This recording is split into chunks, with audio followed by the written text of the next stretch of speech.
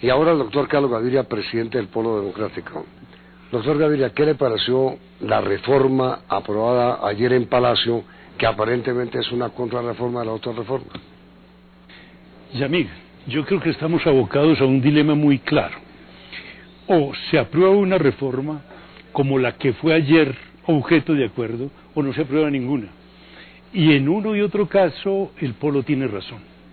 Porque ¿qué es lo que ha dicho el Polo, Yamil? Ha dicho una cosa que parece evidente. ¿Cómo es posible que la vacuna contra la parapolítica la vaya a aplicar el órgano que más afectado está por la parapolítica? Eso parece absurdo. Si el Congreso está tan cuestionado, y está tan cuestionado justamente porque una buena parte de sus miembros ha resultado elegido con los votos de los paramilitares o en connivencia con grupos armados al margen de la ley de esa clase, ¿cómo puede esperarse que sea el propio Congreso de la República el que va a adoptar el remedio adecuado? Es evidente que no. Y justamente las reformas que se han discutido, que se han vuelto atrás, que se han vuelto a presentar, etcétera, pone de presente esa circunstancia. De allí que el Polo diga que es necesaria una instancia distinta que discuta y apruebe una reforma política de fondo, y que esa instancia debe ser una Asamblea Nacional Constituyente. Me pareció entenderle, al comenzar su respuesta, doctor Gaviria, que usted defiende la reforma aprobada ayer en Palacio. No, de ninguna manera, de ninguna manera. Digo que cualquiera que sea esa reforma, la que se presentó originalmente o la que ayer fue objeto de un acuerdo, son reformas políticas inocuas y además hechas por un órgano que en este caso no tiene credibilidad para llevar a cabo una empresa de esa naturaleza. ¿Y la idea de la constituyente cómo es, doctor Gaviria? La idea de la constituyente es que en la Constitución del 91, dentro de los organismos de participación ciudadana y de democracia directa, hay la posibilidad de convocar una Asamblea Nacional Constituyente para que se ocupe de temas específicos. Naturalmente pasa por una ley del Congreso donde se debe puntualizar cuáles son los temas de la reforma, cómo se van a elegir los miembros de esa constituyente y cuánto van a durar sus deliberaciones. Yo que no soy partidario de estar manoseando la Constitución ni convocando asambleas constituyentes, sin embargo, en este caso no veo una posibilidad diferente, más limpia y más adecuada que esa. Constituyente que supone revocatoria del Congreso actual y convocatoria de elecciones para elegir un nuevo Congreso. No necesariamente. Es posible que dentro de la Asamblea Constituyente eso se considere pertinente, pero no necesariamente. Lo que la Constitución dice es que si se convoca la Asamblea Nacional Constituyente y la Asamblea empieza a funcionar, el Congreso pierde sus facultades de constituyente secundario, o sea, no puede ocuparse de los mismos temas de los que se está ocupando la Asamblea Constituyente. Como no parece, doctor Gaviria, con todo respeto, que el Polo vaya a tener suficientes votos para que le aprueben su constituyente, hay que pensar en las dos fórmulas de la reforma. Uno, el umbral al 2%. ¿El Polo es partidario de elevar el umbral o de mantener el 2%? Yamil, permítame que insista. No va a ser el Polo únicamente el que va a convocar esa asamblea. Ya hay sectores de la opinión que están adhiriendo a la propuesta del Polo. Un buen grupo de los liberales del Plan B, un buen grupo incluso de personas que pertenecen al uribismo, pero que no están de acuerdo con el paramilitarismo que ha infiltrado la política de una manera tan vergonzosa. Y naturalmente no vamos a convocar la Asamblea Nacional Constituyente para mañana. Vamos a hacer una campaña pedagógica donde le vamos a explicar al país por qué es el momento de que se reúna una Asamblea Nacional Constituyente para que aboque una empresa de esa naturaleza. Pero bueno, pero de aquí a allá, es que el tema que hay, doctor Gaviria, es que el Congreso actual parece viciado de ilegitimidad.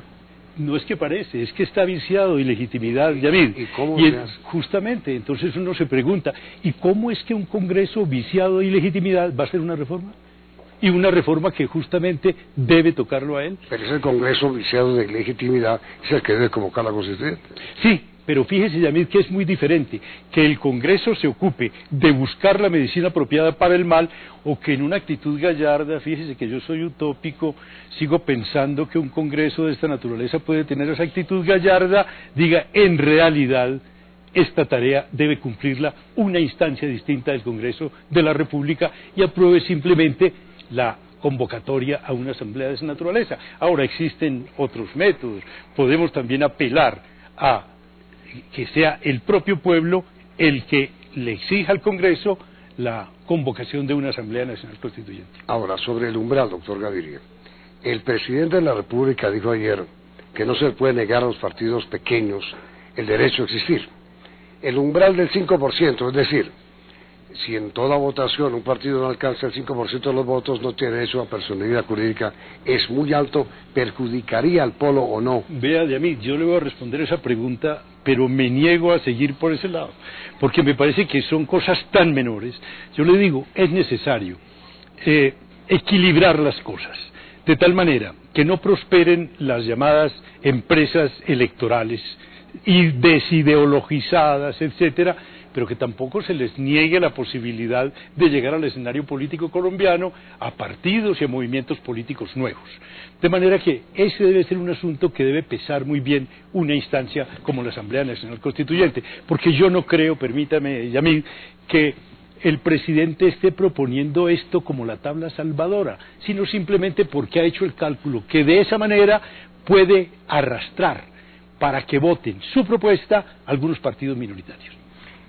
La silla vacía, que es un tema ya vigente, no puede remediarse con una constituyente. ¿Usted qué opina? La silla vacía. Imagínese, Yamid, que lo que proponen es que únicamente la silla quede vacía cuando haya una sentencia condenatoria. Sí. ¿Usted sabe cuánto se demora en Colombia para que haya una sentencia condenatoria normalmente? Yo pienso que debe quedar la silla vacía desde el momento en que se le formulen cargos, no desde el momento en que sea llamado ni a rendir una declaración libre y espontánea o una indagatoria, sino desde el momento en que el juez encuentre que hay cargos, o el fiscal en su momento encuentre que hay bases procesales para formularle una acusación al congresista. En ese momento la silla debe quedar vacía transitoriamente. Si luego una sentencia condenatoria confirma el cargo, naturalmente esa silla debe perderse definitivamente, pero mientras tanto esa silla debe ser ocupada por alguien. Pero refiriéndose, señor doctor Gaviria, a la teoría suya de que la justicia se demora mucho en fallar, el ministro del Interior ha dicho que precisamente la Corte debe acelerar su estudio sobre... Eso hace parte de la propaganda negra contra la Corte. La Corte ha procedido de una manera pronta, con gran celeridad. Lo que sucede es que a la Corte no le están perdonando que actúe con tanta independencia como lo está haciendo, con tanta dignidad como lo está haciendo, algo más, Yamid, sacando la cara por lo poco que queda del Estado de Derecho en Colombia. Por eso hoy se supo que el presidente de la República va a presentar una propuesta quitándole poderes a la Corte Suprema. Eso en este momento es inadmisible. Algo más, entre nosotros es inadmisible, pero no pasa nada.